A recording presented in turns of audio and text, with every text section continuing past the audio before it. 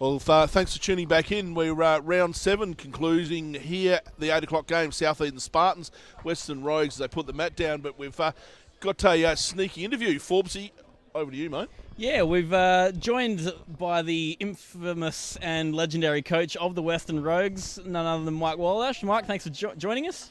Thanks, guys. Yep, good to be here again. Last one for me, unfortunately, but looking forward to it. And it is the warmest night we've had. Great stuff. The weather's good. Yep. Mate, a rumour tells me, mate, you've cleared a little special place in your boot, just in the possibility that things don't go right here tonight. Oh, right, well, that's fair enough. Yeah, I've got plenty of room in my boot, that's for sure. Just besides the whip, I've heard. Having said that, though, on Wednesday's game, look, pound for pound, I think that you guys probably got the measure here, pound for pound. Yeah, no, it's going to be a good game tonight. I reckon we've made a few different changes, as you can see by the singles and the triples as well, and they're all capable of winning. It's just a matter of getting the power plays right. We didn't have any luck with the power plays all the way through, and I'll be voting to have them ousted from the competition when we speak about it later. Well, that's actually interesting. That's actually interesting you say that, because your opposing coach spoke to me in a previous round that she's also opposed to the power play, particularly last week versus the Raiders. She felt that cost them the game. Yeah, you're right. I was talking to Deanna about that too. I think they lost it by one shot, didn't they, in the end? Yeah, 42-41. Yeah, which is pretty disappointing. I mean, I know you can play it how you want to play it, but if you drop a 3 or a 4 and it's a power in, well, that's 8 or 6, and it's just ridiculous. It blows the game right apart. Yeah, it's funny that Scotty Tholburn suggested to me that there needs to be an adjustment to the power play. He was suggesting you can use both of them on the one end and get a quadruple. Oh, so you're suggesting that might not float for you? No, in fact, I don't think they need 2 of them. As a matter of fact, they could cut power plays back to just 1 for the game would be good. Or if they still want to have them, just 1, but not 2. 2's ridiculous. Yep. That would be something to pick up an 18 on one end, though. Yeah, well, that would just blow. That's ridiculous. Yeah. That's not even a game then. It's No. It's not being funny, or it's not being good for bowls, I don't reckon. Yep. And the other thing I think that they need to look at is the singles needs to be longer than 18 ends. So you think a 21 end? 21 ends would be good, because they always finish miles before everyone else. Yep. And it just draws away from the fact that there's not 3 playing towards the end there. Yep. Other than that, I think it's been good. Yep. It's been, matter of fact, it's been fantastic. Yep. I just wished a lot more people from the country would have come down and had a look at it, because it's great. Great concept. Salisbury put on a good show. The food, they've got plenty of food, plenty of drink. The music's good. You guys have done a good job. I just think it's great for bowls. Yep. Yeah. Yep. Maybe the change to a spring format that might draw some more people out. You know, that we have had some windy days, some cooler air coming through, so maybe people just more content to either watch it or watch a replay or bits and pieces of it. Yep. Hopefully, if there is a change in the dates, because there's definitely going to be a season 2, but if there's going to be a change in the dates, hopefully in that warmer months. Yeah, I agree. Yeah, no, the only trouble is if it starts clashing with other things, you still might not get your crowds here, but the whole idea of it's fantastic, and I love it. So it's Beautiful. all good. Yep. I think for an initial first season, being in winter, it gets people out and about in winter, keeping them bowling in that off season where people might, go into hibernation for 6 months or so. So it's keeps the arm in for an extended period, and it's closing just upon the time that most clubs are starting trials and a lot of their pre-season prep. Yeah, that's true. I noticed there's 4 people driven down from Ardrossan tonight to watch young Fergus Roundtree playing over there on the other rink, so that's fantastic. And that's the sort of thing you need. You need a bit of support from your local clubs if you've got a player playing in it.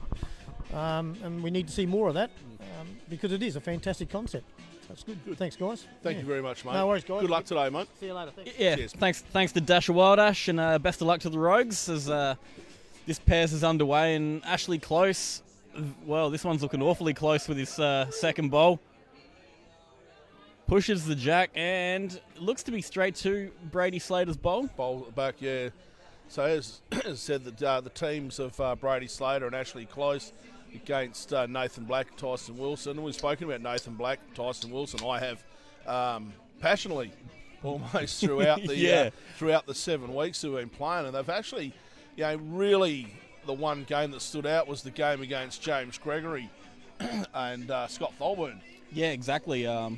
Forcing a draw against a world champion and a bowler of Jimmy's calibre. Because not to be outdone, have a look at that. Wow. Fantastic shot there by young Tyson Wilson.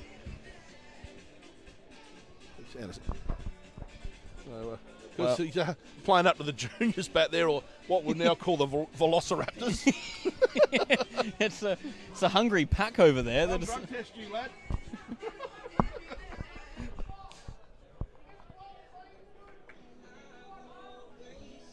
Tyson's pretty happy with that bowl, but still showing that you can't show too much at the moment because you've still got a fairly reasonable bowler on the mat at the moment. Yeah, exactly right. And Ash is a master of the angles and certainly knows how to get results out of various shots and bowls.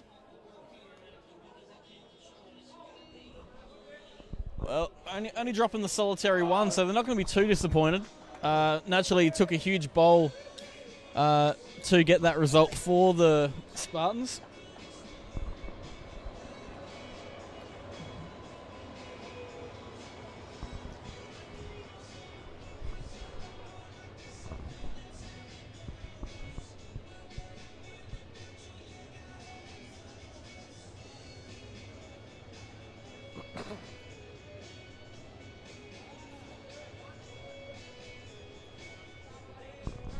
Notice your brother there, he's got his bag packed, slumped over his shoulder, and he's heading for the gate. Oh, there goes our drinks lady. You're going to have to do your own walking now, mate. That's, although I did see, I think Josh Studham just come into view, so he recently turned 18, so we can legally get some. It's Nathan Black starting off again, absolutely cracking bowl. Well, he's been a fantastic pickup for the Spartans and a tremendous talent in the junior program. Famous for his Adelaide Masters singles win against Karen Murphy only a couple years ago, and really only seems to be getting better with age. And that's saying something considering he's still under 18. Well, been selected in the under 18 state side. It's going to be touring. I think it's Cabalapar in Queensland. Try saying that after a 14-hour day. Or 14 something else. No, definitely 14, mate. I was actually on the road at 6:30 this morning. Oh, there you go. Heading down to the great shores of Victor Harbour. Ah, lovely. Where I started my day. Nice weather down there, but wasn't there for the beach. Was there for work.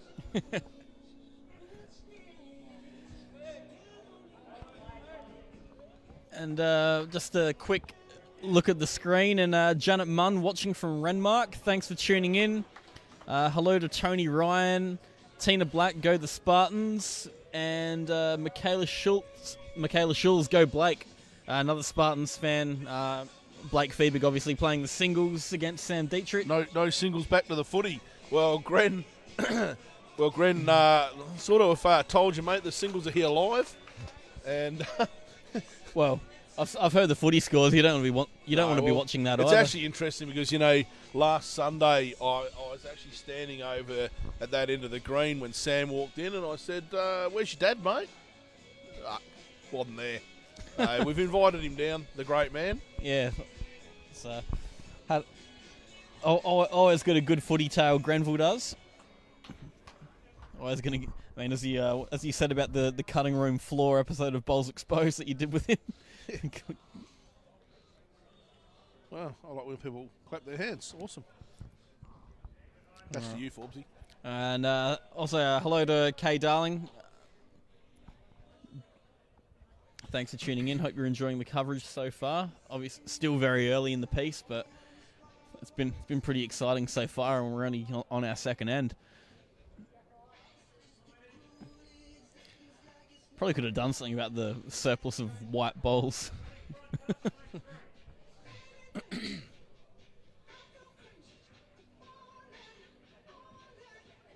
don't think he's happy with that. The facial expression looked like he trod on a three-corner jack. Yeah, he was giving it the heel hand gesture. Well, I think he might have thought it was hot out of the fingers, trying to work out what he's... Wow, lovely shot there by Ashley Close. I'll tell you what, yeah.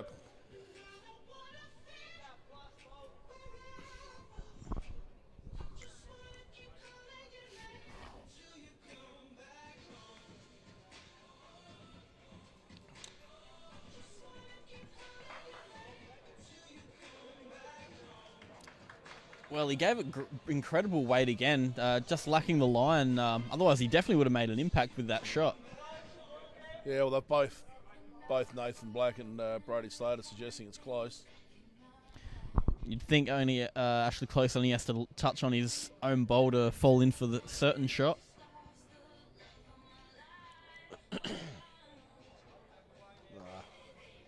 Unfortunately, cutting tight. Yeah, impeccable weight.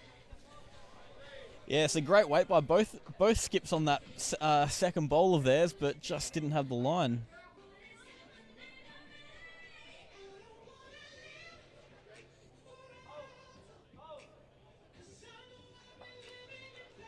Well, he went absolutely racing through. Probably maybe a bit too much weight for the required result, but no touch of bowls made the ditch. Yeah.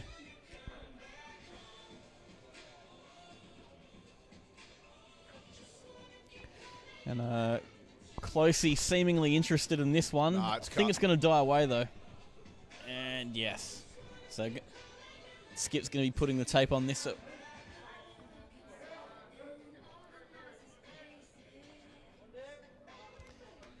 One to the Spartans. Carly Mitchell, hi, watching from home in a nice warm bed. Well, thanks for teasing us, although the weather's still pretty nice out here. No, especially after a 14-hour day. Yeah, well, bed's not a bad idea. Starting to go to sleep now. Now, I think the unfortunate weekend of bowls ahead of me in Moonta. Home tonight. Get home about 11 o'clock tonight.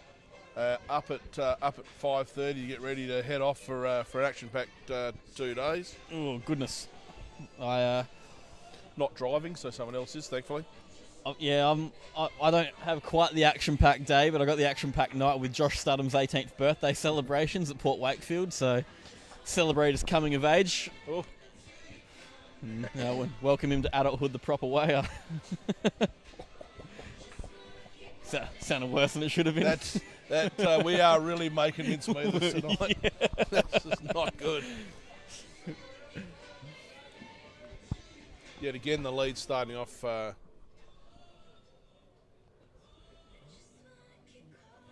again, we're all in the area. We've been talking about Tyson Black and his great. Nathan Black and his great form over the course of this season. The other one is Brady Slater, retired for 2 seasons now, comes back, selected in the Super League via the draft, and he's just been phenomenal in every game he's been selected to play. And he has. You wouldn't think he hasn't played pennants in 2 seasons. Well, it's like riding a bike for some people, isn't it? Yeah. Some people will never forget. I know last time I rode a bike, I ended up going face first into, wasn't a cactus, but it was a pretty sharp bush anyway. Michaela Schultz, who is up in the singles. If you're a Sam Dietrich fan, look away now. It's currently 5-0 in favour of Blake. So you'll be very happy there, Michaela. Sam holding shot. Sam currently holding shot, but they've only thrown down 1 each. Just trying to be positive. Well, we're going to find the little things. And also hello to Denise Letts from all the way in Wales. Wales watching. That sounds like a bit of a Victor Harbour pastime. You could have done that on your lunch break. Sounds like a joke. Wales watching. Yeah, could be. Great Southern.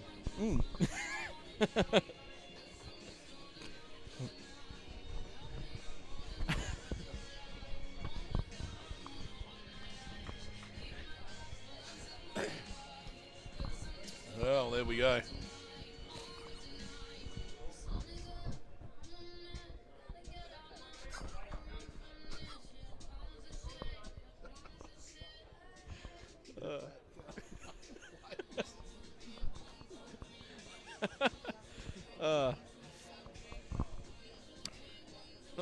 Case of hysteria right now. I don't know what is funny about that. It's inside joke. We'll leave that as it is. And so, look, what you'd come to expect from a game like this, there's not much room to move in there. And Ashley Close still, almost drew it cold as well. And that's just his cider bowl to start things off. Yeah, so his first. I mean, you get 4 guys like this of this caliber. I think this is just going to be the standard of bowling we're going to see for the whole game. And tell you what, well, from this distance, I can't tell if that was Brady Slater's he turned or Nathan Black's. But no, it's Brady's. So definitely 1-2 the Rogues as it stands. And Ashley likes this. He's chasing it up. Touch on his own is lovely. Oh, Yeah, beautiful ball by lovely. Ashley Close, and looks to make 3. Now, I think he'll elect to draw this, but having said that, Tyson Wilson has a hell of a running shot on him. Ripping those 3 out is by no means out of the question for him. Nathan seems interested.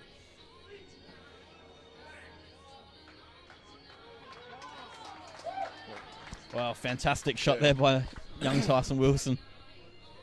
No pressure.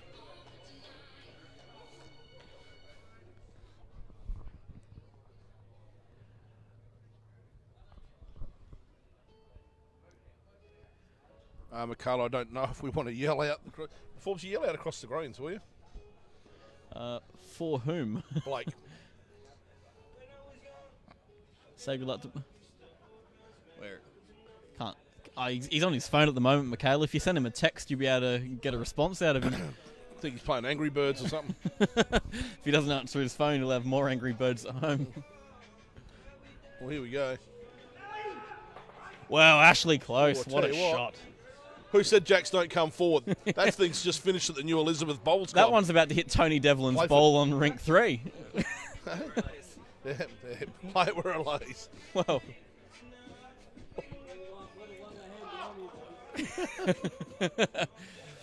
It's definitely three absolutely ripping shot by Ashley Close. yeah, fantastic bowling there. Do you know what's interesting?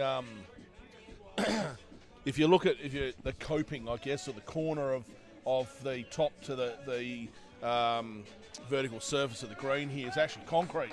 Pavers. So that kitty hits that got the potential to spring back. We know that a player a week or so ago, I think it might have been Darren Warner, hit it. But Darren Warner hit it with the kitty and it took a big chunk out of the paver.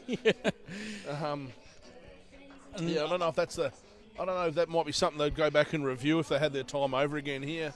Not to pick holes in a great facility, but don't know if that was. Don't know what the logic in that is. Yeah, not entirely sure myself. Naturally, you don't expect to have guys like, Josh Thompson, Sam Dietrich, Darren Warner, Max Kleiner all teeing up at the same time, so to speak. And, we've got a competition where we've probably got the fastest drivers going around. Should they choose to let them rip in that capacity, they could do some damage. And I think one of the only things we haven't seen is a jack launch off the green completely and, hit a bowls bag or even a spectator. Well, probably tonight's the night to do it because you'd probably pick some holes in the crowd, but on other nights you wouldn't want to be sitting there facing an aggressive drive back towards the clubhouse. Oh, absolutely not. I know back in my original club in the Barossa Valley near Itpa, I was doing some driving practice one night and sent a jack through the door into the bar. The bartender said, if you do that again, I'm not serving you for the rest of the week. So I retrieved the jack and put it back, and sure enough, I've put it straight into a keg and dented it. He didn't serve me for almost a month. Valuable lesson learnt that day. Jeez, they're all chasing them down over there to the Chargers. Well, Craig Mills chasing and still appears to be down.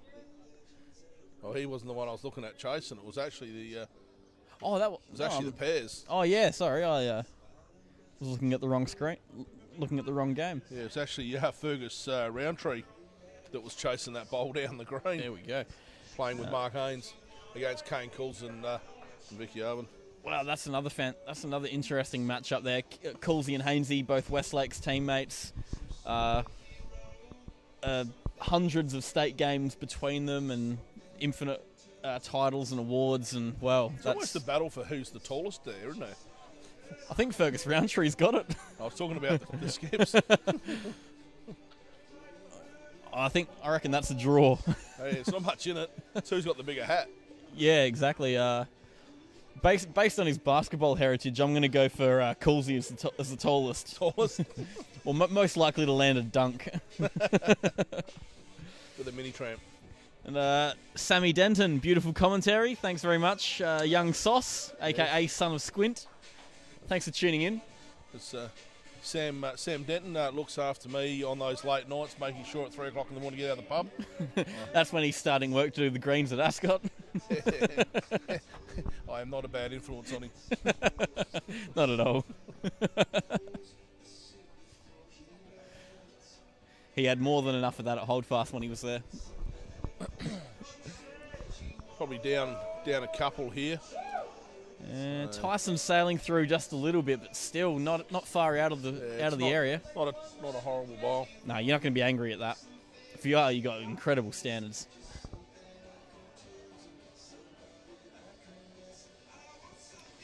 Well, Coog's letting this go with a bit of vigour as well. Turn Brady Slaters up, give it something a bit more definite in the head. Yep. And, well, 3 right behind, so... 2. Oh, 2, sorry. So should the running shot get elected, they've got a bit of insurance. Well, Tyson, of course, has still got another rock after this one, so this is not too far away. He looks like he's nailed this. And he certainly has. So there's a great shot there by Tyson. Oh, pardon me, by Tyson Wilson. Sammy Denton, haha, spot on TJ, due for one soon. Same time, same bat channel, same venue. Let's not change too much. Might have to try and do that during the course of the season before a radio show. I thought you did. Those mornings I don't even make it to the station. Get a text message from Bruce Wallace at 7:55. Are you coming in? No. Why can't I phone in like John Bevan? I promptly respond back at 8:30. No, sorry. Well, he likes this. Oh, needed a bit more whippage.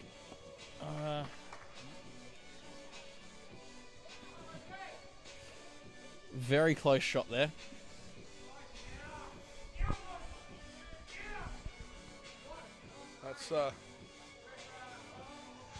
That's Todd Brand. Yeah, Todd Brown with a bomb, it seems. No, yelling out. Oh, It was Luke Peterson's bowl. There we go. It was Todd making the noise that would be picked up by the finest microphone. I think that's probably a contender for Bellow of the Night up against Shadow, where he shook the foundations of the roof. Yeah, I didn't realise Shadow could talk. That's when you know he's really invested in a bowl, when he almost screams decibels at it. Oh well, Millsy. Millsy getting Nathan Pedersen an idea how well he thought that bowl was. Was that a Usain Bolt celebration by Millsy? Combination. I think it had a bit of Warwick Kappa in it as well. Although he had the decency to remain clothed.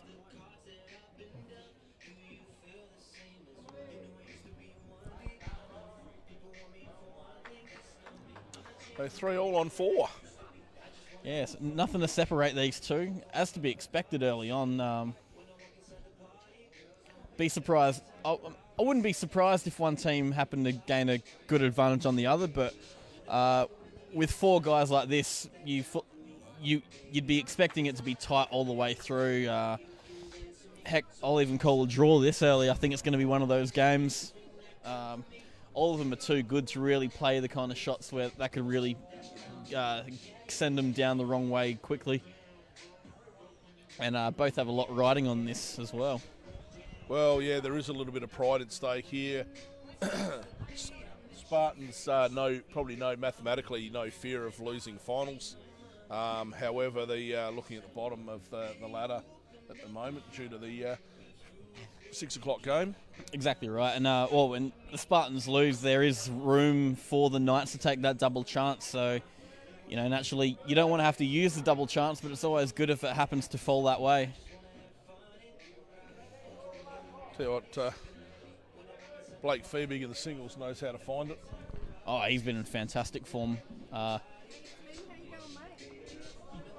mate, away. I wish they'd talk to me as well.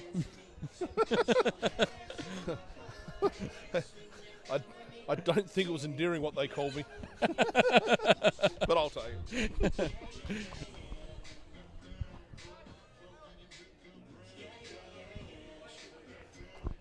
Well, both leads really falling a bit flat on this end.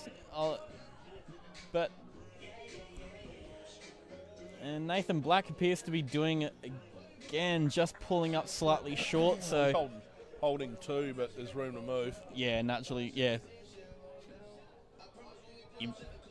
Brady Slater fully expect him to recover. And he sent it much better than the other 2 bowls. Give it the mooey trot. He's chosen to ignore me. He's a consummate professional. Yeah, he doesn't show a lot of emotion during a game at all, does he? Yeah, he's a complete contrast of me, where I probably show more than Nick Kyrgios, but with a bit more poise and grace. Well, you haven't been ejected as many times. No, not through lack of trying, anyway. Well, they left it a bit of room. I've been informed that the hot food will be ceasing in 10 minutes, so anyone that wants to grab a feed, please go and see the caterers within the next 10 minutes. Thank you. I think that's a bit of a reach. Yeah. Caterer. Hope they don't watch the live stream. Well, yeah. So anyone that's tuning in live from the area, hot food is ceasing in 10 minutes, which means if you are going to dial a pizza, let us know and we'll get a half and half and split Get it. a half and half and split it. We'll split it. I'm a barbecue meat lovers man. What about you? A bit of the lot. I like to get the olives, bit of a taste of the anchovy on there, and that way it guarantees I'm the only one eating that pizza. Especially at home. You playing chess, not checkers. I play the team game with an edge. It's there for anyone that wants it. Fair point too. You and Graham, what were the 6 p.m. results? The 6 p.m. results were the. If I go back to the fixtures. The Southern Blazers emerging victorious over the Malay Pirates, 2 rinks to 1. And the Hyacinth Comets, I believe, emerging all rinks up over the Eastern Raiders. So the Comets have sealed top spot. They've guaranteed double charts. Nothing can't be taken away from them. Just want to point out just quickly that the singles game between the Chargers and the Knights, they did go and ferry that kitty out from the back of the fence there, mate. So that one did leave the ditch. Left the carpet, mate. So maybe the first one. Well, Adrian Green's notorious for that. I've heard a story. Don't know if it's true. He's playing at Henley one day. I think it was that guy that hit it there. But if you heard that loud banging, that was actually Darren Warner driving.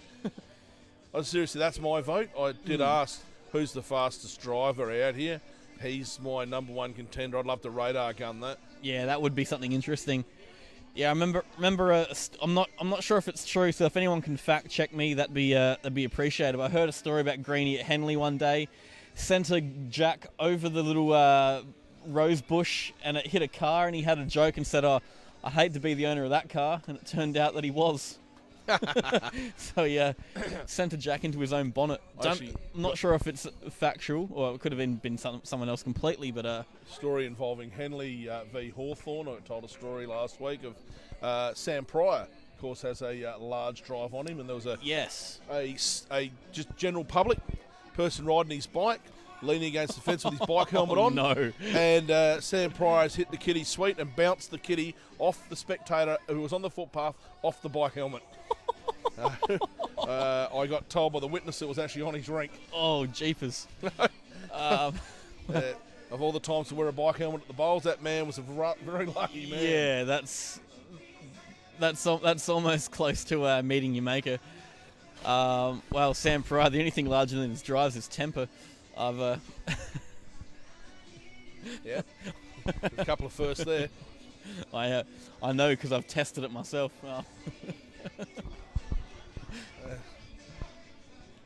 let's just hope he's away on deployment, not watching this for your sake, Forbesy. Because that's Stuart Forbes at 53 Smith Street. 54, I've just suddenly moved. Well, I still want to be near enough that I can see him. Feel like I'd be doing that scene of Monty Python the Holy Grail where I've just bombard myself in a castle and allow no one in. Taunt from a distance. Jack Shenorden, what is the overall for the Knights versus Chargers? That is currently 6-5 in favour of the Chargers. So after 54 ends, evidently. after 54 ends. So That's a lot of good. stalemates. I think a record for stalemates. The overall board not getting the attention it probably deserves. Now that Luke Peterson's playing, no one can actually do the master board anymore. No, So. that's what happens when you micromanage. Yeah, exactly. Mike Teagle, how's the crowd tonight? It's built over the course of the evening. I'd say probably 100 people, maybe a bit less. Probably about 150, including players. Yeah, but yeah, still a great turnout. Probably for the quality of the night, weather-wise. Because Don Bennett, am I coming to Moonta? Yes, I am actually. I'll be home late and up early in the morning, and because Jack went and got himself some food. That stuff you, Jack. I'm all right. I'm looking after myself. Yeah. Well, we're getting Jack. I know that. I wondered where the production team just disappeared last call for food, and we're here by itself. That was just you just walked into that segue. That half and half pizza's looking better. He's actually moved the food to the end of the table, so I can't get near it. Unbelievable. the nerve of him. We need one of those reachy arms. I was just eyeing off that wedge too.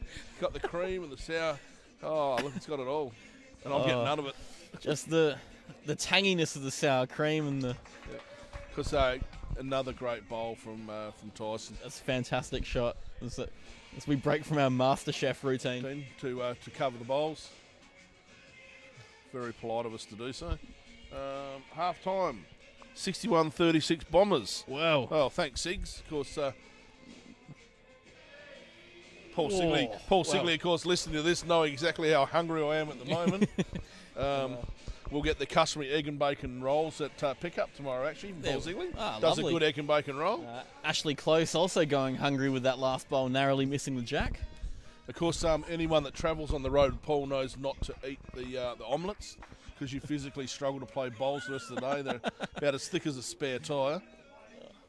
The type that put sort of egg, onion, the whole works. Chorizo, tomatoes. We've got it all in there. That's just a calzone without bread. We played in a tournament in Perth, and I was really struggling. I was playing 3 to Johnny Nicolai, and I was just struggling to bowl. Had absolutely nothing to do with the pre-match routine the night before. Wow, what a shot by Ashley Close. Well done, Ash. That's a fantastic result. Appears to have made 2, with 1 pill each by both Tyson and Ashley.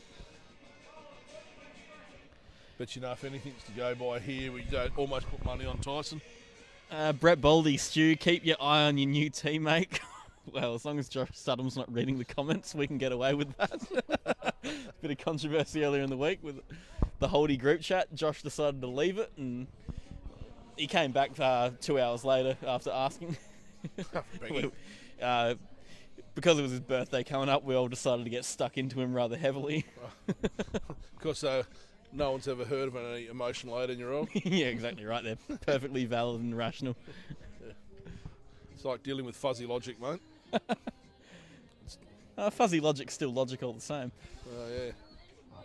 I think Confucius said that. Or rather, Confusion said that. Well, there you go. There we Well, go. put money on. Confucius also said Great Ball Tyson. Probably. Pick money to have him draw on there, and he hasn't let me down. He's he's been renowned for doing that over this course of this tournament, playing big shot after big shot. I think they're planning on calling him Chauncey Billups after the Detroit Pistons legend, Mr. Big Shot. Mr. Big Shot. Known especially if you're a Lakers fan, reminiscing of the 2004 finals. Do you know actually what I got told earlier in the game, nothing to do with basketball? I was actually bumped into Jared Goodwin, and he's actually going to get his free food because as a volunteer you get free food. Oh, there They you kept go. that a secret from him, didn't they? Yeah, that would have been nice. Obviously, we're getting the diet food. Yeah, with dust, if you're following. Wow. Well, there we have it all. There we go. While you're here, it's the man that's No good deed goes unpunished. It's with great pride and joy introduced probably the hardest working coach in the Super League. You've steered your team to secure the pole position going into the finals. Scott Hocking, how's it going?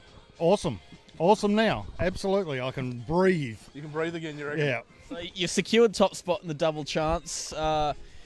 Now, I know from just the stories you're telling me at work, the homework you put into the draft and team selections, how many hours sleep have you lost over this? Too many to count, but usually it's 2 a.m. when I get to bed. There we go. And it's all worth it now, I'm sure. Absolutely. Every second's been worth it. Now, you've done it interestingly. You're one of your marquee players, none other than a world champion, Scott Thalborn. He's only played the two games or three with a double header. To get to top spot and without you, probably the starriest player in the entire comp, that's a fantastic effort. What's your secret? A team of champions will beat a championship team. And also a bit of a trendsetter with the team practices. I'm sure that'll be imitated going into next season. Have you used all your cards? Are you still got a couple eggs left in the basket going into season 2? I still have a full deck of cards to play. It's only right you say that, given you played poker with Ashley Halls last night. Yeah, and bombed out about 5 rounds. So yes. I've got an unlimited supply of decks of cards. No, we're flying all right. The practices, I think, have been probably the thing that has actually helped us along. They just come out, we have a roll, we have a few beers and a bit of a feed and just fit. You know, it's and it works because none of the rinks scare us. We know where all the tricks and of that are, and that pays dividends in the end. Yeah, you sort of got that club mentality in the space of a short competition where seemingly random people are thrown together and just expected to perform together. Yeah. I think the culture of the Comets is second to none. Really, it's like some of the more successful pennant sides and clubs around in South Australia. We're just a group of 12 that just gel and fit, and we go good because of it. Do you reckon there's a chance of getting recruiting all the Comets to one club going into next season, just as a bit of extra camaraderie and chemistry building, or is that probably too much? Oh no, I think they'd all fit at Adelaide. I mean, I was thinking Holdy, but you know. No chance. I think you went your way and he went his. I'll happily play that second side. I've voiced that many a time. But no, it's been a fantastic effort. Naturally, the finals coming up. Plenty of selection. Not the headache. Yeah, nightmares, but probably good nightmares to have, if anything. Well, who do you, hypothetically, say you make the final, who do you think you'll be up against should you get that far? One game at a time. We're not there yet, so we got a game next week, possibly 2. Let's get over that and see where we end up. And should everything go completely pear-shaped, who's your tip? Nah. No. Well, that's as Kevin Sheedy answer as you'll ever see. Buddha Hocking, thanks for joining us. Thanks for getting a bit of scrutiny. Good. Cheers, mate. Of course, for those that were actually watching, of course, two absolutely cracking bowls, followed by a good support bowl back from Nathan Black. Going to be forcing, I would suggest, Ash to actually go at that with weight, you'd suggest, but he hasn't got anything back, so his first bowl you'd think is going to have to be in covering. Yeah, I think he'll try and dead draw it with a bit of intensity to be polite. And should he get a good position bowl? Oh no, he's swinging now. He's not afraid of going early. Yeah, well, he's let that go. I'll tell you what. Well, he's clear. In all fairness, that actually had a good result to it. Yeah, that actually worked out well. Still a couple down, but he's opened it up, giving himself room to build. Well, he's actually had the two front hoppers were split out. Now, as you said, it opened it, peeled it.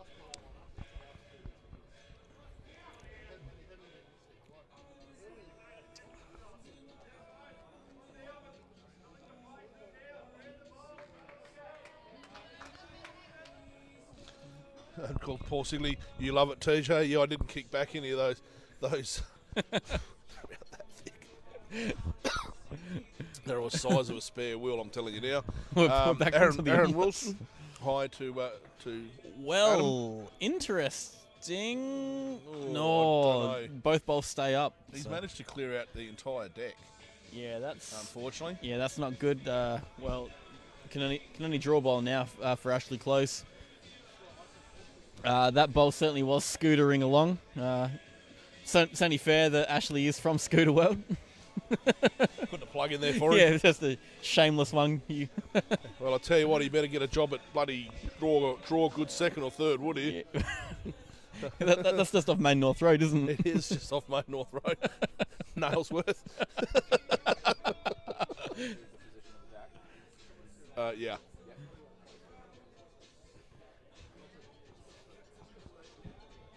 Oh, you're not happy with that.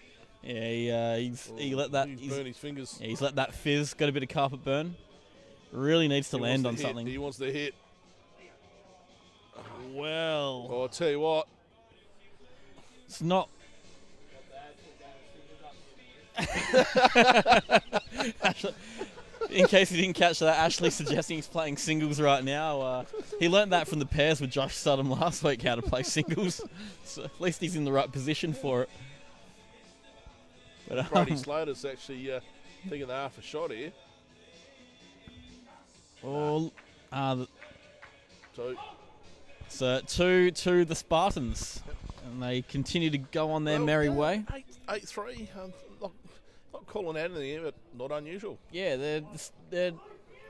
It's not something that you just pick up on. They're just gradually just building shots, not dropping any, and Yep. you know that's how these you turn around 1 minute, you're all square, next minute you're 12 down, and you're chasing with limited ends left. So these young lads, they're really putting they put everyone to the sword so far, and looking to do it once again. Of course, Tyson, a good representation for the Grange Bowling Club. He's in with good cattle there at Grange, some good mentors. Well, that's He's great lad. Got a level head. exactly right. Had the opportunity to spend a week with him a couple years ago at the Oz Open. I was staying with he was in the hotel across the road. I was staying with Luke Day and Ryan Digby, both Grange and former Grange boys, and good to just get to know them better and really So see the you workings. and Graham wants an update, the Chargers and the Knights. So I could be cheeky and say as part of the squad, you could be down here supporting them. 15 all by the looks of the scoreboard flicking around there. Yep, We 15 don't know all. how many ends because it's stuck on 54. Yeah, it's which still is on game over. 54. But yeah, get down, support your team. Yeah, exactly. Exactly right. But yeah, so Actually, I'll tell you what, from the amount of charges here, almost be the only one that wouldn't be here. actually, I think you'd be 100% right in saying that. So we'll just rub it in a little bit more. A bit of salt on the wound. Maybe a bit of Benedictine as well. Oh, no, Betadine, not Benedictine. There you go again, Forbes. Yeah, there You've we got go. one track more at the moment. It's from all the delicious West End brews that I've been sampling. Now, did I hear it right? In last week's show, I was sitting at home and there was mention of the sponsors, but there was a stray sponsor in there. I wasn't too sure if they were a sponsor or not. Kensington Marriottville? The advertiser. Oh, yeah. I didn't know they were a sponsor. Actually, yeah, I didn't know that. Happened on your watch. Wow. A bit of banter. We'll start a bit of infighting now. We've taken everyone else out. Now it's getting the end of the night. We'll turn on one another. Now that you mention Lord of the it. Flies. Sick 'em Rex. I'm going to try and get a footy score up here at the moment because the young lads are actually taking this. They've, Well, you know, Brady Slater's holding one. He's got the back. He's got the backwood. You don't think Ash can be too upset by that? nah, Asher's starting to play his usual game. He's been playing some great shots, but Nathan Black really starting to take advantage of that lead position, making life very easy for Tyson Wilson. I'll tell you what, it's just he's done it cold.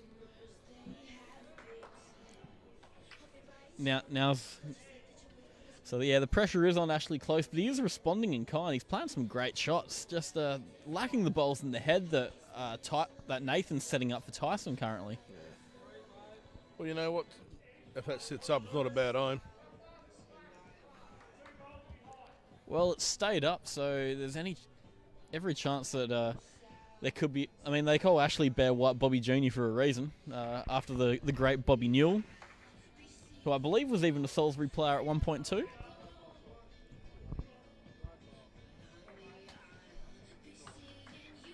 Well, that's two. These lads are putting the medal on them.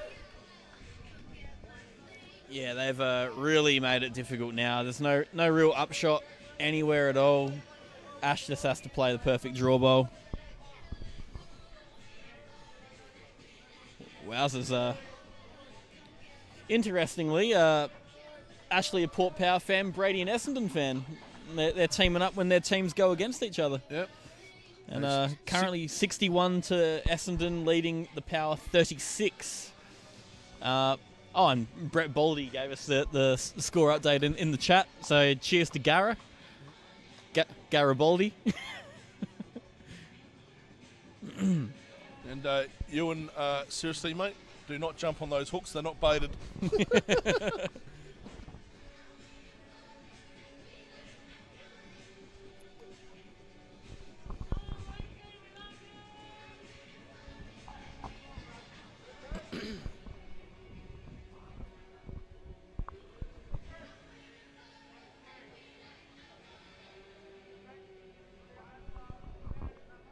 Well, minute silence for those that have gone before us.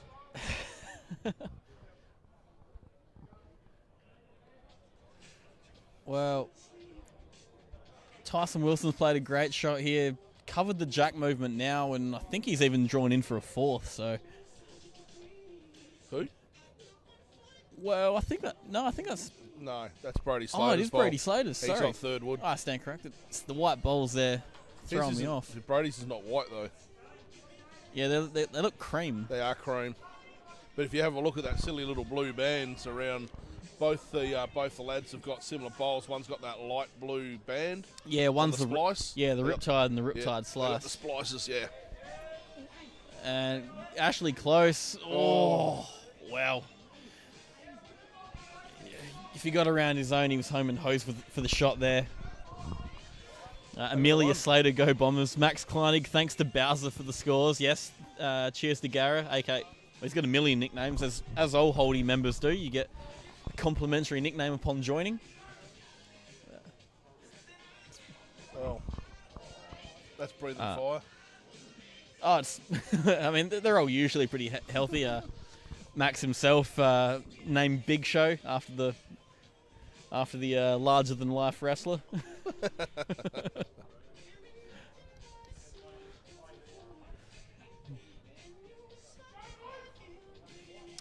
Ewan Graham, no worries, TJ. Enjoying the game. Nathan Black is scary good. Well, so is Tyson Wilson. They're about as frightening as each other. It's a horror film for anyone going up against them at the moment. Yeah, they're definitely working the combination really well.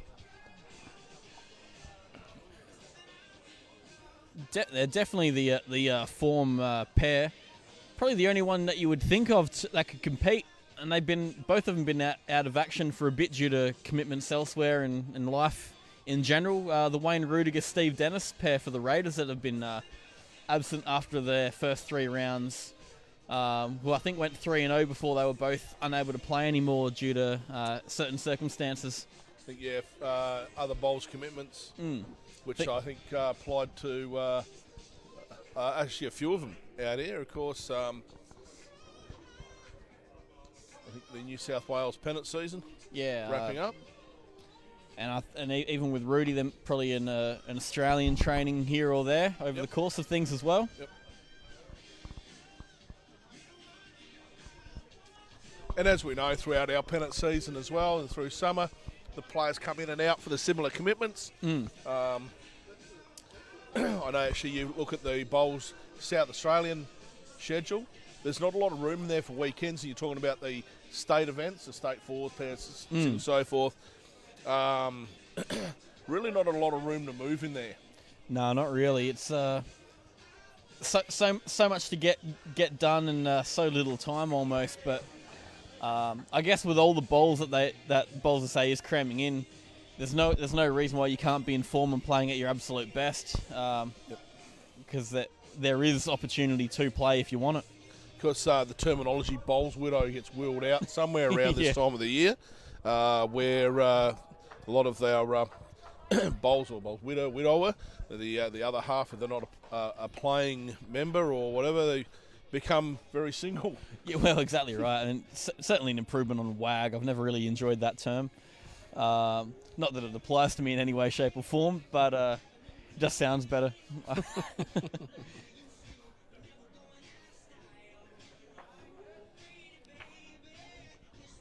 Nah, going across the board, it's... Don't know if I'd be clapping that, but then again, some people clap the opening of a packet of chips. Yeah, exactly. Don't know. That's what I'm... Going across the board in the singles, as I clear my throat for a big announcement, we have Blake Feebig leading Sam Dietrich for the Rogues 13-3 in favour of the Spartans. And Sol's got in the way of the scoreboard. There we go. He's just moved it 7-5 in the triples in favour of the Spartans as well. So the Spartans getting all three rinks. 7-6. Oh, 7-6, sorry. So it's not looking good for the Rogues. I think they only needed that 1 point to avoid a wooden spoon, but still, you think they'd be putting up a better fight. Wow. Wonderful shot there by Tyson Wilson. He's plucked Jack clean, killed it. To tell you, with the Blazers, they take 2 rinks to win, so 10 points. They go to 32. That puts Chargers and Rogues 9 and 10. Oh, there you go. So reality is, it depends on the Chargers result over there, as opposed to this one here. So, yeah. So ironically, 8 o'clock games got the top 2-ish teams, excluding the Comets, and a fight for the wooden spoon. Exactly, and Ashley Close with a lovely shot there. Got a gentle glide in, but beautiful weight to take the shot. Tyson Wilson just electing to play over the draw and take it off him. I think feel it's only the one bowl tuck. Oh, narrowly missed from our angle. So closely to make 2. Can Ben Jeffrey, is there meant to be commentary? Yes. Short answer. Well, I don't know. Is he getting commentary? Yeah, if maybe take it off mute. Yeah. Well, I mean, or put on the mute. Yeah, I'm sure some people wish there was a mute for us.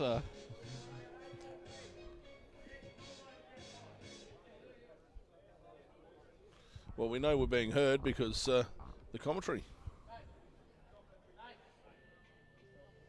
Need to win Powerball to play every day. Certainly would help. If I won Powerball, I wouldn't be bowling. I wouldn't be bowling. I'll tell you that straight away. I'd be hiring LeBron James as a coach and trying to get an NBA career up and running quick smart. I don't know if they get that much money can do that. Yeah, probably not. You'd have to buy the team, put yourself in. Yeah, and even that, Powerball's not going to afford that. And even then, you might get left on the bench. It's a cheap. It's not even a cheap chord site ticket because you really paid multiple millions for nothing. Maybe SANFL's where I'll go. David Graham, what scores for the singles? In the Spartans-Rogues game, it's 13-3 for the Spartans. 6-10. And 6-10. 10 in favour of Chargers, so Adrian Green over Darren Warner. Yeah, and that game is on the farthest rink away from us, so... just see him over there. Increasingly difficult.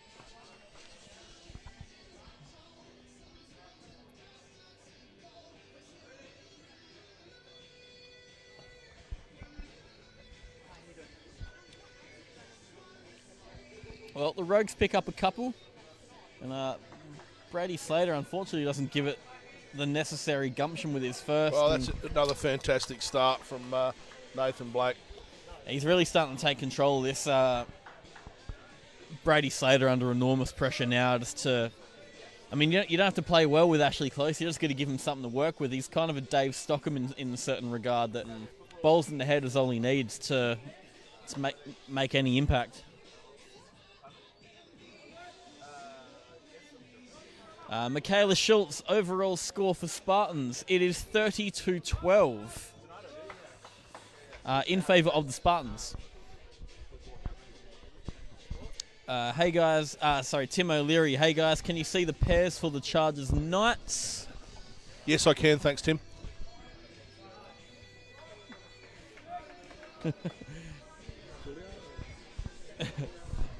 Thank you, Tim. Yes, we can. And Sharon Kane, please may I ask if either team has used the power play? Not in this particular game, But they no. are now. Good question. They have got it up there on there now. That's for the Spartans. That's for the Spartans.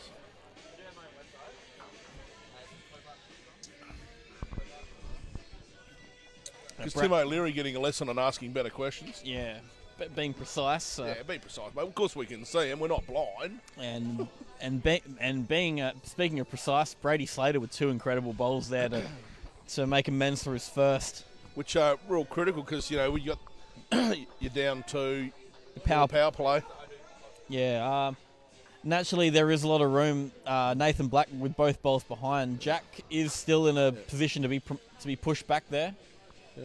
So, Because Tim O'Leary probably wanting to know that Northern Knights 4 and the Chargers 5 in the pairs.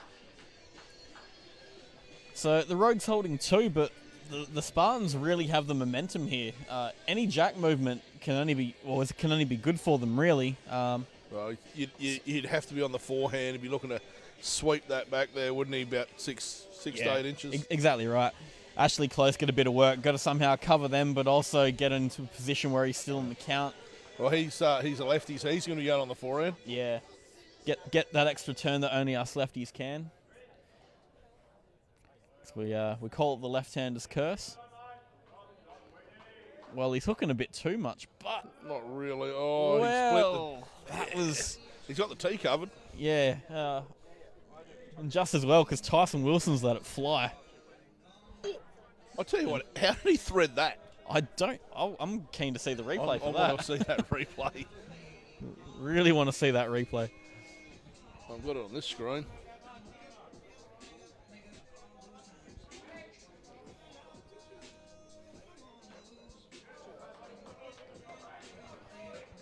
And Ashley Close, any touch is good. That's a wonderful shot by yes. Closey.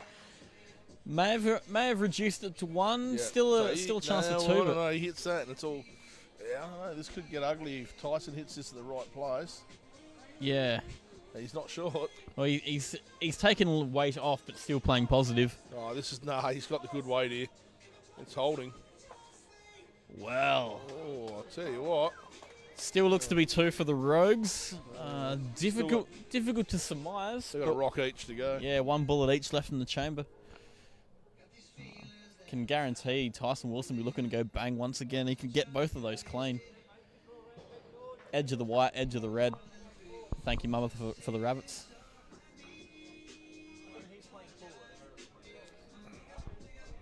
Oh, that's just how they do it. When you're that good at bowls, you can play 8 ball while you bowl.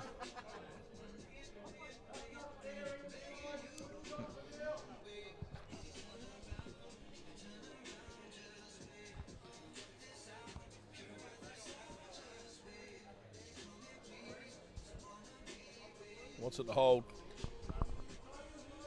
Played it with good weight. Unfortunately, cutting tight. If he can get to the cream, well, there's room for Tyson to draw here. So Ash Close signaling 2 to us there, so thanks to Ash. So, yeah, Cougar playing some great shots there, but Tyson's been in that kind of form. You feel like he could just draw You know that what? cold. I reckon I'd almost put money to come hand close as us around that, grab that kitty and drag it back and nestle it in there for a lazy 4. Well, they got on a power play. You got gives the them an power 8. play. That'd almost put the lights out, you'd say. Up on the scoreboard. Even with this current end to go, if nothing happens, you got to take a risk with your power play. You go for the numbers.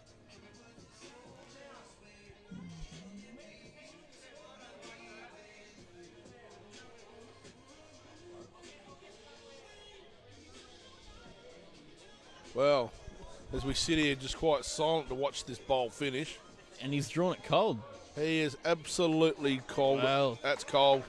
And that's 2 shots to the Spartans. Yep. So, interesting shot choice, but 1 shot equals 2. Hey? Yep.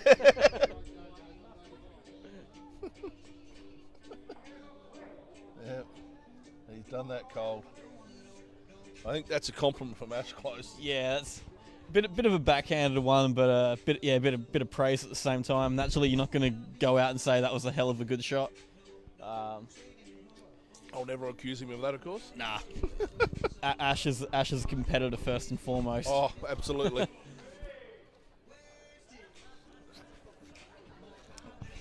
Played against him in the club singles just this past season, and was fought. I mean, the two of us bowled our absolute arms off, and We've got Newcastle, won't it? Are all games on carpet? Yes. Yes, for this tournament they are. It's in the same facility out at the lovely Salisbury Bowling Club. Yeah, just over 12 months old now, I think. It's been up and going for, so. Now, I don't know what you make of this, Stewie, but we've had no representation from the governing body here, so they're either locked into arduous conversations around our commentary, yeah, or they've forgotten about us. Possibly. Well, I think they're only talking about how good we've gone so far. Goes without saying. Either that, or they're just plotting a way of being diplomatic. Trying to work out whether we need a witness or not. Yeah. I think they might be taking a leaf out of the Liberals' book and trying to oust us without us knowing. I'll tell you what, I thought that text message join them was for a party, but evidently not. Of course, it would be good to get Steve Grant of the Eastern Raiders over here just to talk about the season for them and how they feel at the moment. Obviously one of the teams that are in contention to drop out of the final. Yeah, exactly right. Naturally, a lot of their players have stuck around, their eyes fixed on both games just to see what could potentially happen. A lot of chances for things to go pear-shaped for them, but as of right now, they hold on to it. That score of 11-5, just over halfway through the game. It's a pretty good lead for young Nathan and Tyson. Yeah, and it's largely on the strength of Nathan Black. He's established his dominance on the mat. I think Tyson and Ashley, they've kind of cancelled each other out a bit at the skip position. Tyson with the advantage purely for bowls in the head, and that's only an advantage for any skipper to have. All right.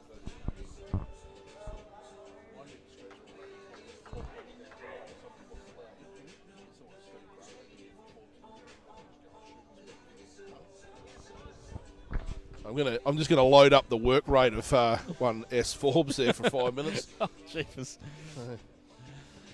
Look, I sort of agree what you're saying around the Nathan Black's getting the team off to an awesome lead, but not discounting that Tyson's put some great bowling. He has, absolutely. Draw in.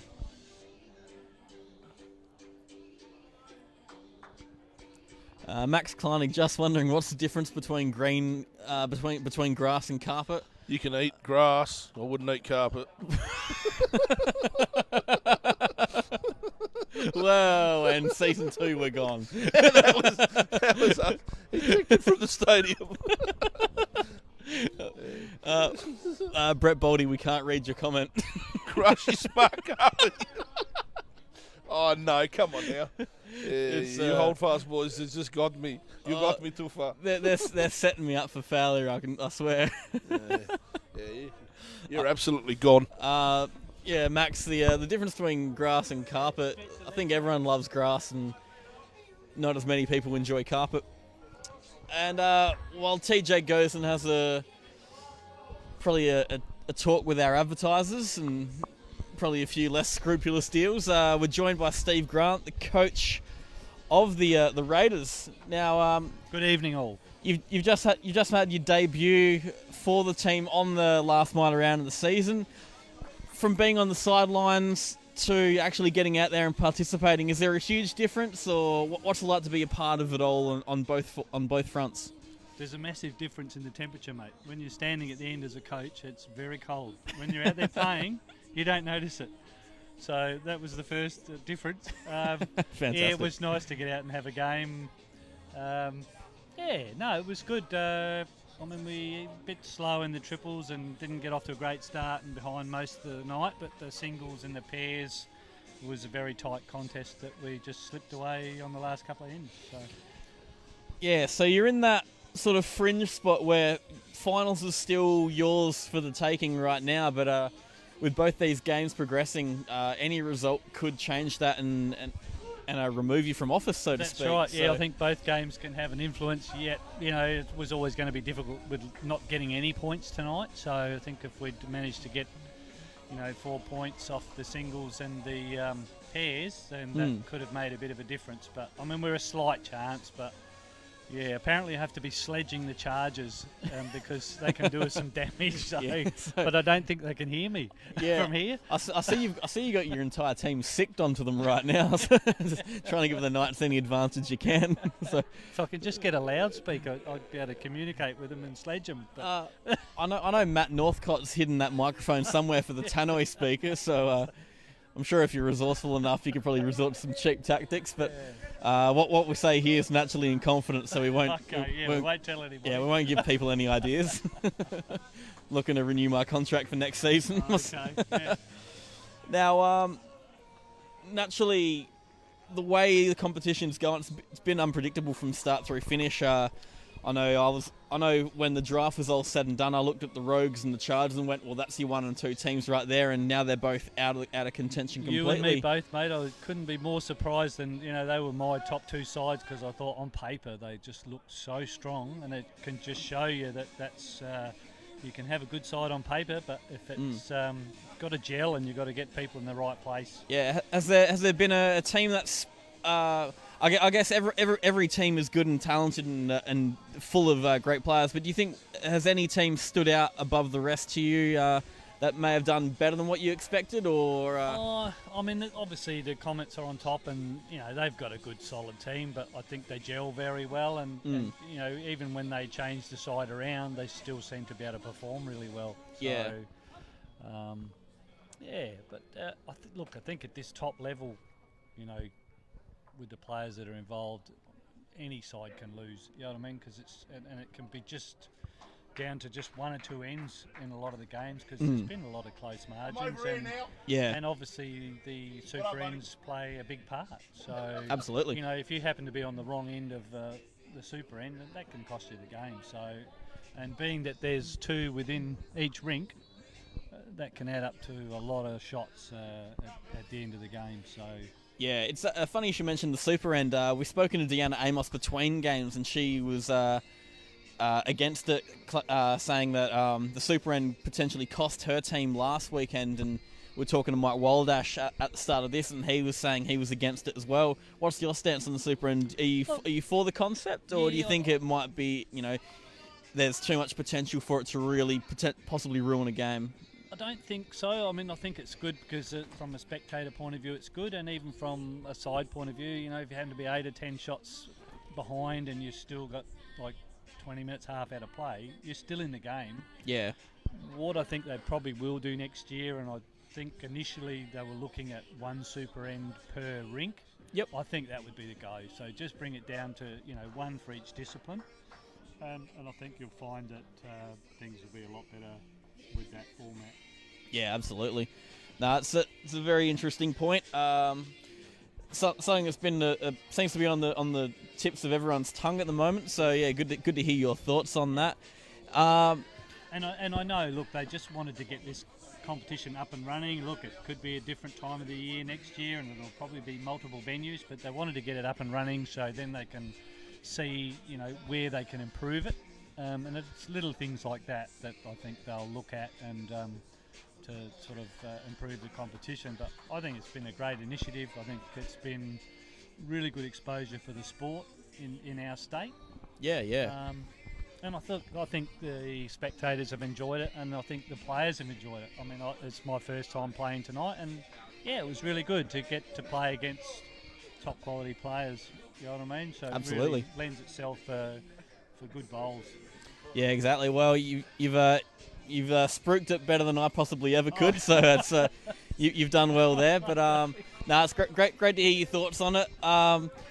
Naturally, should things not go the Raiders' way tonight and knocked out, who's your tip for taking it out? Do you have anyone in mind that you think's? I think the Comets, mate. I think the Comets are going to be hard to beat.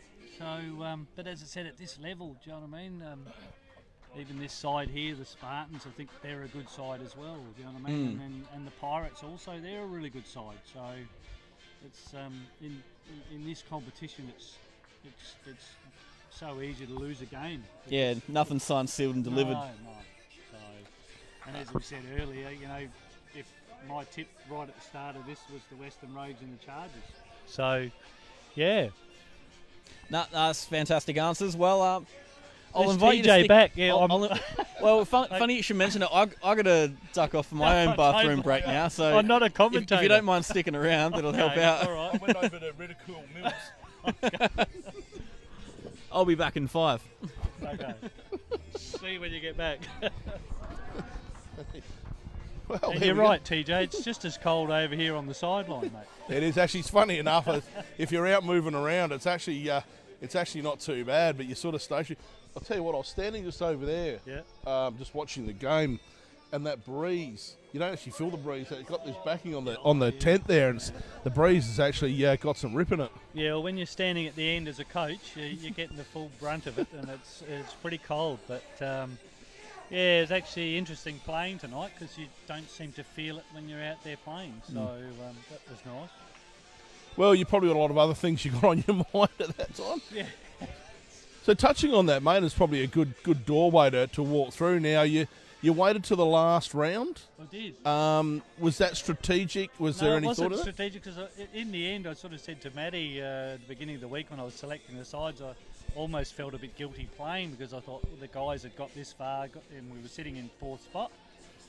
So I'd sort of put it to him that I was quite happy not to play.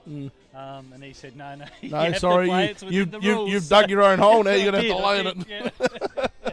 I just wish I hadn't had a shovel that day. So. Look, I guess there was some commentary around that decision, and I'll ask the big question. You can ask. Do you regret the decision?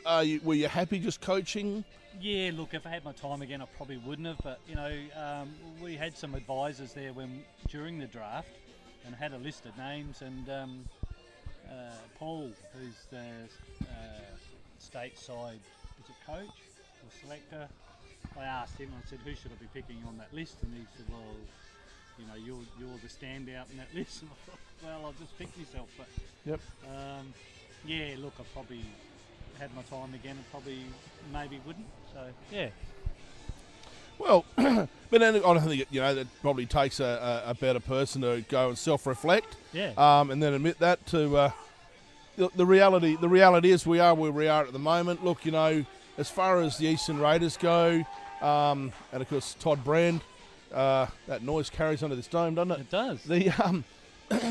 The Eastern Raiders probably went in. You would look pound for pound against a couple of the other sides, a little bit undercooked. Yes, I thought so. Yeah, I honestly thought we had some good players, but I just thought with the other teams and their player list, I thought, gee, it's going to be hard work even trying to get near the 4. So, but it just shows you, the guys gelled well together, and and it's just. Our triples probably let us down tonight, and that's probably been our strongest rink. You know what I mean? I don't think we've lost a triple. So well, Chris Flavel, had he won tonight, would be the only player to win all 7 games. Yeah, that's what I'm saying. So yeah, and I think Carl skipped a couple in the early part. So I mean, Chris Flavel had been in a winning combination the whole way. We that triple hadn't lost a game until tonight. So but it just shows you in this strong competition, you can get beat by anybody, any side. So. Well, it's actually interesting tonight. You'll find that the singles on this green on our side, Simon Dorr up first. He did the damage. Yeah. Didn't do enough damage. Yes. Yeah. But at the moment, Blake Feebig actually 22-3 in his singles game. Looks like he's holding It's a shot big over there. margin in this strong competition, isn't it? Well, it is, and look, we had a chat with Michael Wildash at the start of the game. Now, I will say memory doesn't serve me too well. I can't recall if it was on record or off record, but the one vulnerable here is Sam Dietrich is an awesome player, but can let a singles game slip away, and we're seeing that at the moment. Yeah. The pair's all right. There's probably a power play or two to play for the Rogues here. Falls in favour of those guys, and they're right back in it. Yeah. 44-19 overall, and that's on the back of that singles. Yeah. Oh, definitely. Yeah. And as I said, I haven't been watching that because I've been watching the sort of the other game over there, the Chargers and the Knights. But no doubt with a scoreline like that, there's probably been a super end that's gone wrong for Sam. Yep. So yeah, if not two, so that can make a big difference. So they're pretty critical of the super end. Well, I did pop over there to the Chargers Knights game to motivate my friend Craig Mills. Okay. Yeah, I need to go over there and sledge him apparently because we. Well, we I need did, to and go I down got as the a I got the desk there, and everyone over there just. Seriously, I'm standing there by myself, and I'm going, yeah, I'm here. That's why I moved back over here and yelled out, I'm over here now. Got some distance. So, but he looks to be on top of it over there at the moment, 12-6. Yeah. Adrian Green's in flying form there at the moment, 22-6 over Darren Warner. Yeah. And really close, 6-7 in the pairs in favour of Kane Cools of the Northern Knights. Yeah, but that margin certainly opened up, hasn't it? Well, 14-19, and again on the back of the singles. Yeah. Yeah, but I was talking about the overall margin. Oh, the So it's overall is really starting to opened up. climb, yeah. It wasn't that long ago. There wasn't that many shots. So, again, probably might have been one or two super ends that have played a part in that. Yeah, and I've spoken to Deanna Ramos. Got her views on it. We've got Michael Wildash's views on the power plays. Yeah. Do you think they're beneficial? Do you think there's one too many, or do you think you should abolish them altogether? No, I think that, hang on, we've got a visitor. The resident commentator's back. You're asking the questions I asked. Oh, did I? Well, there you go. But that's all right. It's either two smart ways. Well, there you go. Well, I won't. We already know the answer Yeah, to that. that's it. Two good commentators think alike, obviously. So, yeah. That's Oh, well, there we go. We're in. We've been picked up. We haven't done too much tonight. Maybe we'll get Ubers next game and really give it a go. Okay, what are we talking about? We're here? looking at the final series for the Super League. We're Friday the 31st, 6 p.m. Semi and elimination finals at 8. Prelim final Sunday, September 9. Grand final 1 p.m. Oh, well, there we go. We got the dates. So Semi and elimination finals at 6 and the prelim at 8. With the grand final, the grand poobah being at 1 p.m. on the 9th. On Sunday the 9th. Okay. We've Now that Stewie's standing behind me here, it was nice to chat with you guys. I'll give I'll, Stewie back his seat. Yeah. And, yeah. Well, thank you. We're playing music with chairs at the moment, ladies and gentlemen. Thanks, guys. Thanks, Steve Grant. And yeah, thanks to Steve Grant, aka the honorary commentator. Well, we did a bit of switch around. I actually didn't step out to go for a walk or code ringers. I actually went over to sledge Craig Mills. That was my whole point in life. And I got the reaction that everyone in the crowd was looking for. What the heck are you doing over here and not in the booth? I just yelled out, "Come on, Owen." Of course, that's an abbreviation for Owen 5, or Owen 4 at the moment. But he's in front, so he's about to lose that tag. Oh, there we go. Well, Toddy Brand upset with his bowl there, and Craig walking down the green with a bit of a strut, so it does happen to be the case. Michaela Schultz, last end for the singles. No, it's not the last end. There's still lots more to go. The marker's actually in the way, and I can't see the ends. But Blake is on 24. And that does appear to be more than what his opponent is. Well, interesting. I will point out, I'm not having a crack, but I'd only just mentioned that twice in the last 5 minutes. Oh, there you go. Yeah, so look, we are reading it out. Just be patient. We will get to them. Appreciate you listening, but yeah, we sort of do them where we can see all the boards. We've got to take that advantage. The big board's 44-19 in favour of the Spartans. So it's going to take picture perfect super ends for the Rogues to have any semblance of a chance at the moment. That looks like. Picking up chairs. I was going to say, I wouldn't mind getting a chair and getting wheeled off that way.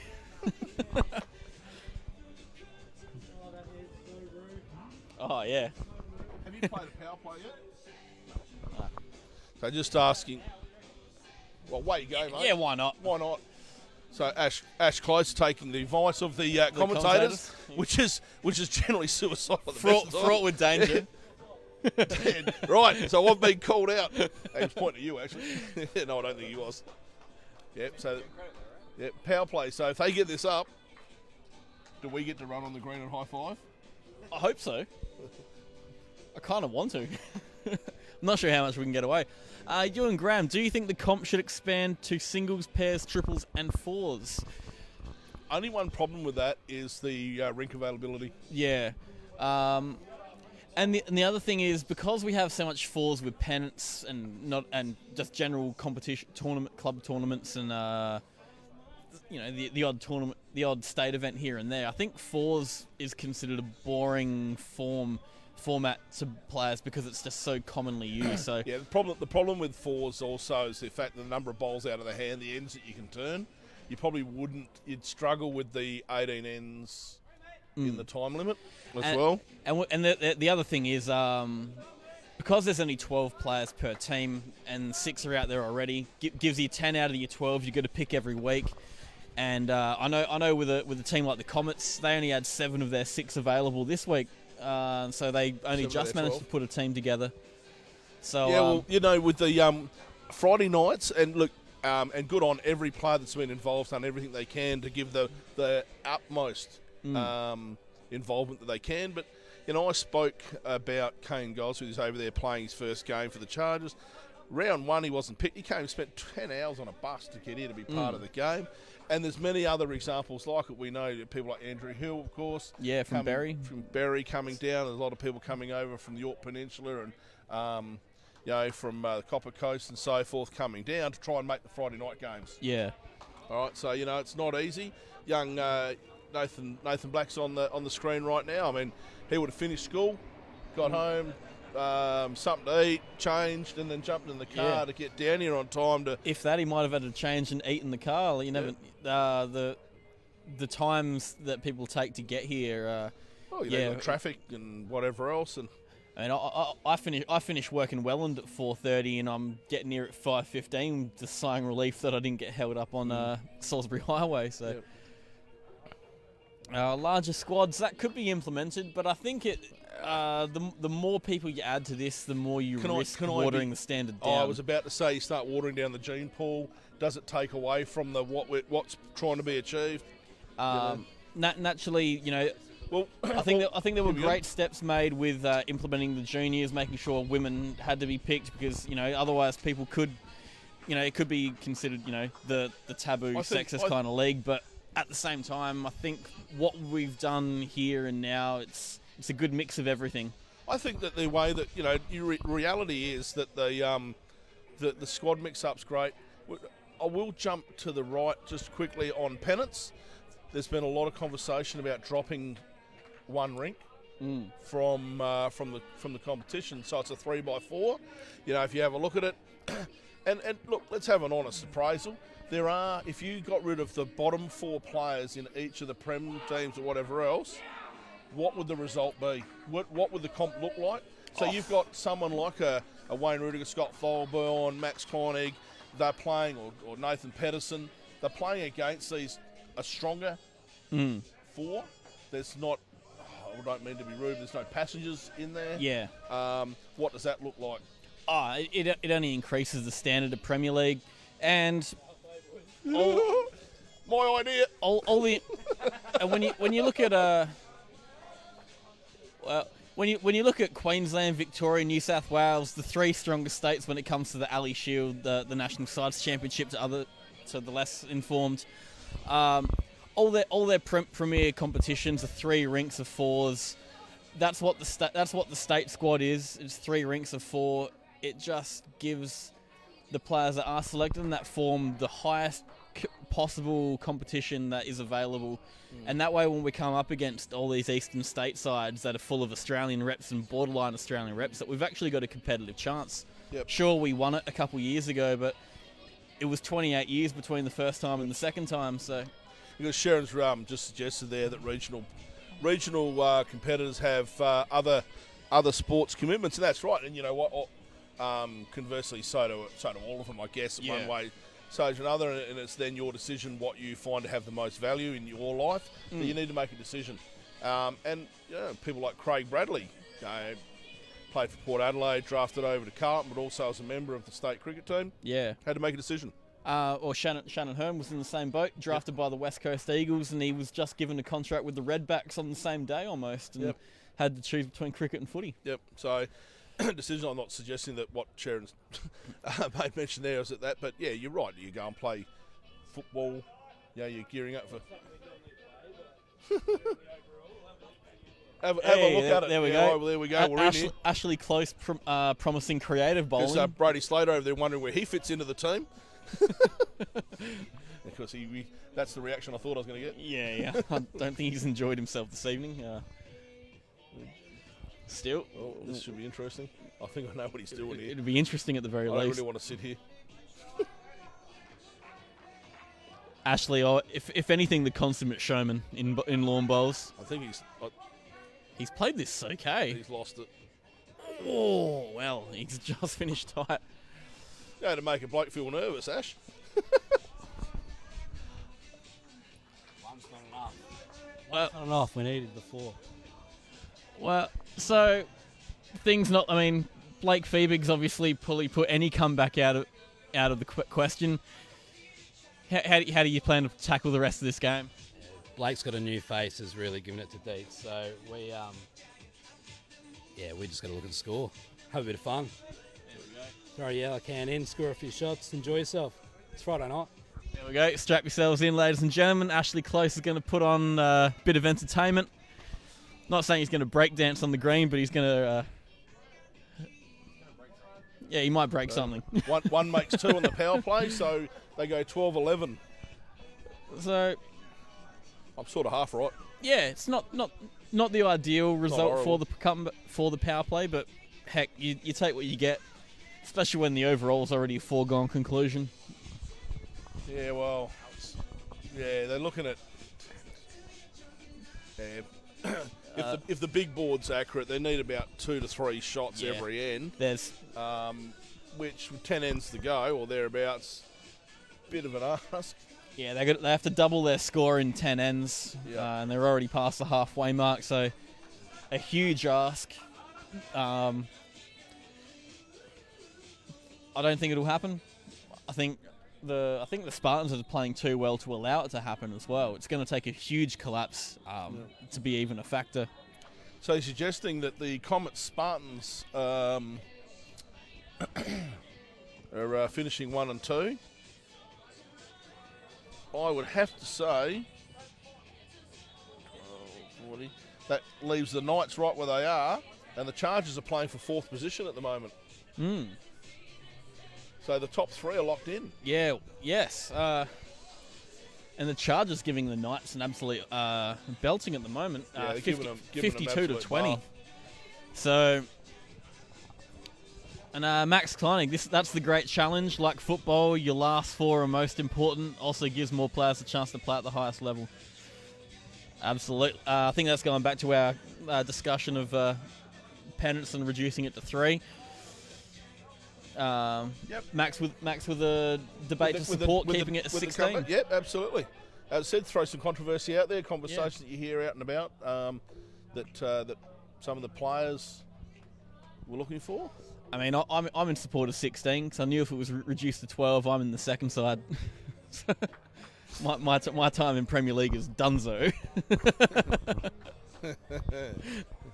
So I'm looking at it at a very selfish perspective. But yeah, fully concur with what Max is saying. Gives a lot of people a chance to participate against some of these guys, and it can only help though. While the league may not get better standard-wise, it's helping create a wider net of standard. So do you want 20 good bowlers or do you want 12 really good bowlers? Yeah, well, hey, look, at the end of the day, that's the argument, isn't it? So Yeah. for myself, I'm probably not the one to answer that, but it's, I guess, what from a development, from an opportunity point of view, what the governing body, whoever that may be, whether that's Metropolitan Bowls for the pennant season or from a state side and development through a state side where Bowls SA then want that direction to be. Yeah, absolutely. I think there's a lot of valid points on both sides of the spectrum. Oh, he could probably... he could pot this. Well, he could get rid of all Let's not get ideas into his head. He could absolutely clear house there. Nathan's real gettable. Oh, absolutely. I'll tell you what. Oh. Yeah. And the backward. Two with a backward. It's a wry smile from Ashley Closer. Max just going to keep you and Garrett in, Stewie. I'll keep putting the work in. I just hope it transpires and is worth it. Also gives us hacks a better perspective of what Aspire to. Fair enough. Yeah, that's a fair point. I think there's as many opinions as there are people on this premises. Oh, wow. I actually, not to be biased, I would actually love to have seen him hit that because I reckon there's a cannon off there at 11 o'clock. Ewan Grand, did someone mention next year could be multiple venues? I think that would be doubtful. Not unless that happened while I was sitting over there razzing up the charges. I wouldn't have thought so. It'd be very, very difficult. Yeah, this event works well single venue. Absolutely. Unless he meant multiple venues after each week. Go from like here to say Playford, which is the new indoor, even to the. Wow, Ashley Close. He cleared the gap. He's cleared it.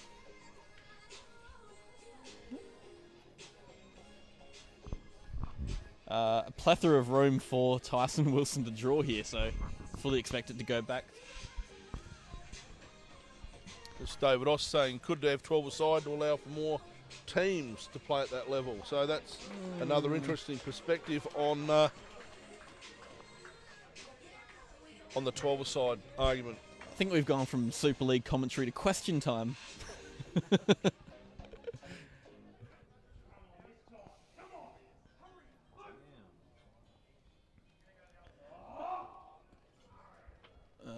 Luke Petersma doesn't sound happy. Emitting a bit of dismay towards the bowl. I think he's not happy at you. Don't know what he never really is. He just tolerates me.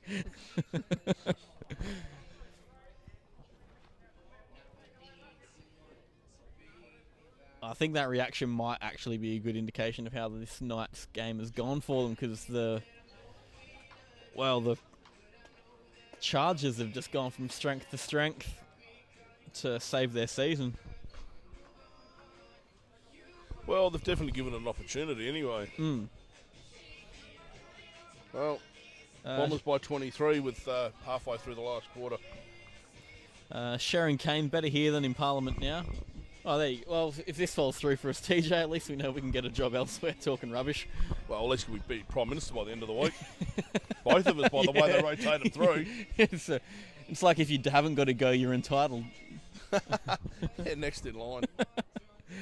I want to go. You've had yours. Yeah, I actually think that's funny. I'll talk about politics just for a real quick second. That you're in a group of people that's supposed to work as a team, yet 3 people jump up and say, I want to be leader. Yeah. I don't know how that's teamwork. I like how they put so more effort into actually going for leader than they do actually governing. I thought you could do more work working around the edges. I'm just loosely translating my Facebook joke from this morning. I notice when I get political on Facebook, I don't get the likes that I do with my normal smut.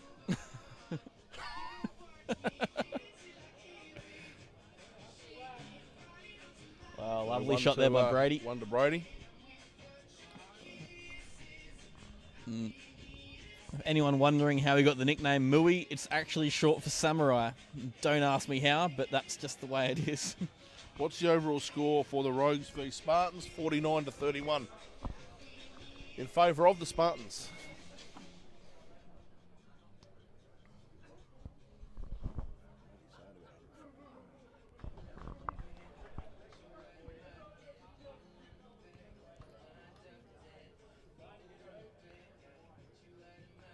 And Brady tracking well. Around his zone's good. Oh, Not a bad time. yeah, needed to get inside it or around for the backwood, but 3 and 4. Obviously, Brady wouldn't be happy with his performance this evening, Well, but he's actually walked off. I think I know what he's doing. He's gone. He's I think we're gonna see some orange glow in a minute. Yep. Anyway. we won't Trying to talk- keep his hands warm. 15-minute warning, players. 15 minutes remaining. Thank you. And that's Matthew Northcott with the 15-minute Well, there you warning. go, mate. We're 15 minutes from the end of the season.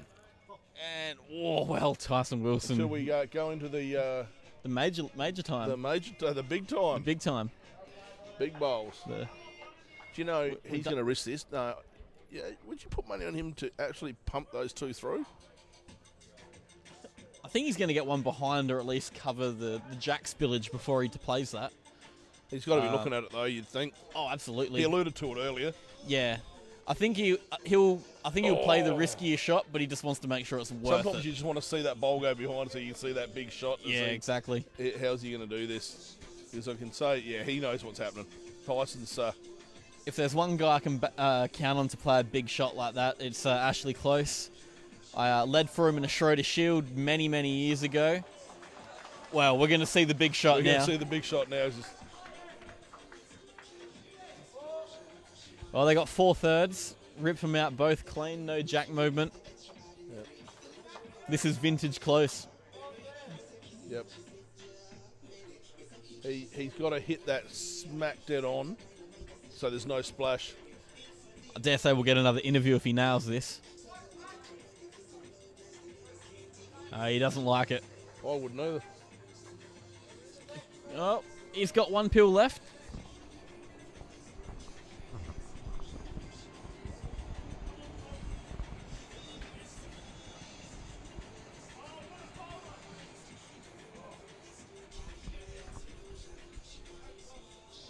Tell you what, Well, Tyson Wilson. Tyson Wilson, banging that splash out. That's a clinic. That is, I don't know.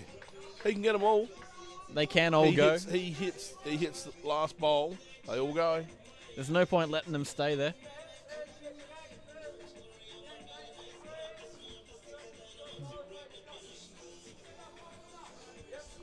Oh, well.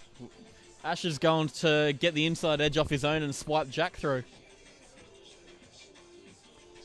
So he's called it, so if it happens...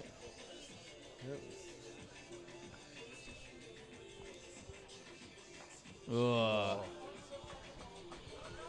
Unfortunate result. Beautiful bowling there by Tyson Wilson there. But you'd almost suggest the drums are rolling. Yep, I think so. Still, I know Cougar's going to put up a fight to the very end. It's not in his style to give in. He'll fight to the bitter end. But as an overall, yeah, it's definitely done like a dodo. So 16-11 on 16.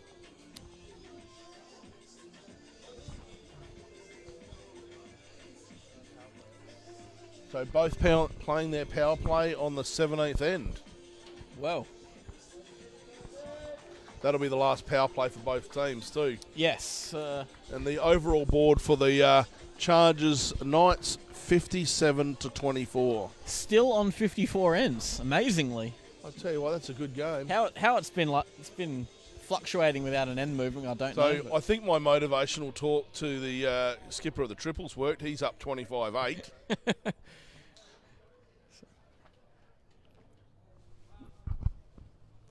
Well done, Millsy. Mate, Luke Petersman indicating he has a power play left, so it's not out. it's not out, It's not not over out and of done it. with yet. That's the fighting spirit we like to hear. Oh, yeah. I guess I can actually see him grinning at me from here. Yeah. Look at him, look at him. Yeah, he's eyeing us off as Oh, he yeah, looks he over. does. Yeah. I guess we could call Millsy 01 and 4. We could get something funny out there. Speaking of funny, the guy that looks it, Jared Goodwin. Oh, that's a bit harsh. Oh, no. Greetings, everyone. Like how you kept that classy. Now you've just come up from a double header of marking and officiating.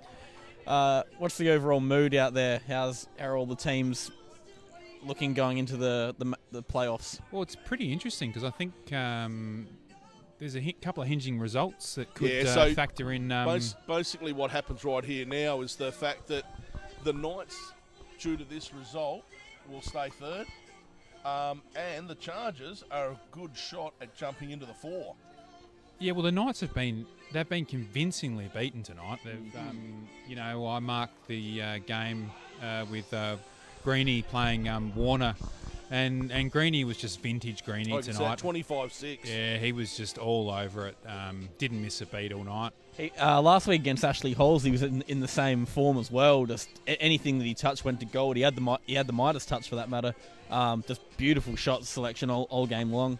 Yeah, no, he played some beautiful bowls tonight. He was around the mark, and it's Port Wakefield have gained a bit of a superstar out there in the normal pennant season. That's for sure. Yeah, well, I've got it on good authority. Greeny's returning to Adelaide this coming season. Oh, they'll need all the help they can get, just quietly, I think. You've heard it here for all the Adelaide Bowling Club members that Jared Goodwin living at. That's Jared Goodwin from the now Brighton Bowling Club. Yes, well, a little bit of inspiration for the Adelaide, the Blue Pandas. All meant for inspiration. So, I felt very like similar to me sledging Mills about 10, 15 minutes ago. All inspirational. You guys get a bit messy towards the end of the night, don't you? I mean, there's a bit of frivolity. There's a little bit of sledging, whereas when you first start off, it's all very, prim and proper. See, the reason why we do that is because, people fade in and out of our commentary. The die-hard lovers of the Forbes Saunders show stick to the end. Yeah. And we've actually noticed the numbers building. Yeah. That's when we really give them the filth that they've been craving. Oh, okay. So it's after it's after 9 o'clock, so the censorship goes down a little bit. Also, interestingly, it's also when the Bowls SA officials disappear for a bit, so we got the green light because no one's here to stop us. After about 8:45, we don't see anyone over this side of the green. So how's this game been going? What's been happening here? Well, the two lads have absolutely held their own here. They played phenomenal. They've absolutely bowled the house down again, and they have done the whole tournament.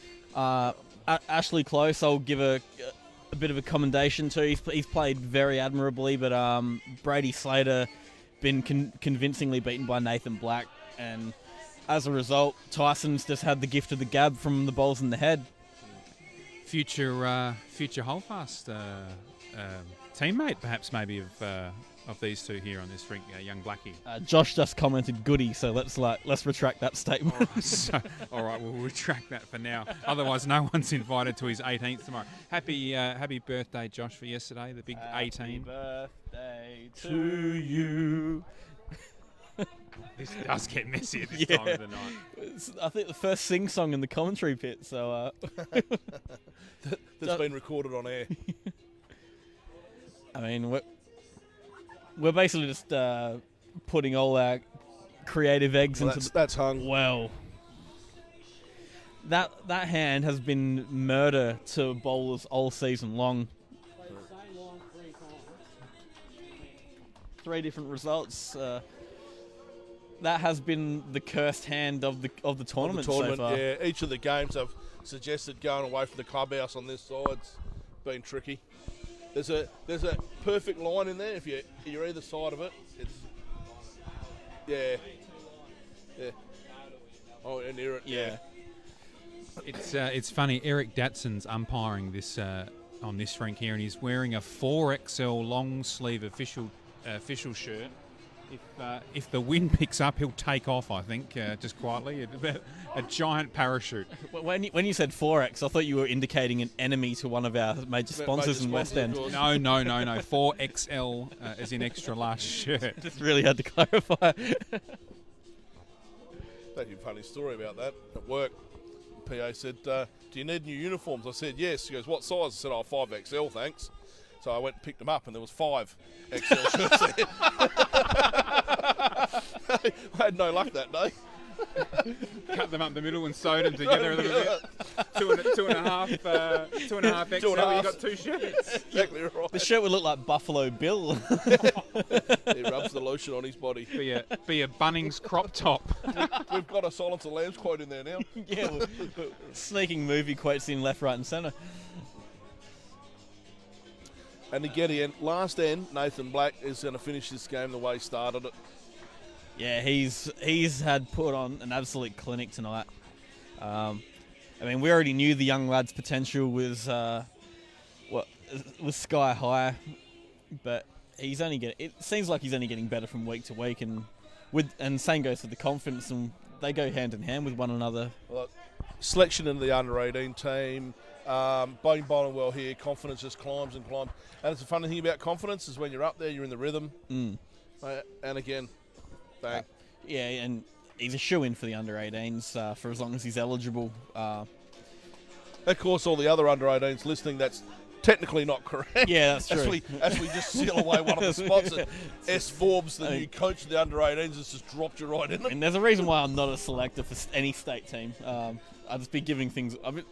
people rock out to practice and I say, "Nah, don't worry about it." Of course, all the listeners to the commentary actually know why you're not a selector. You don't need to explain it. No, I don't need to. I'm outspoken and I don't know why.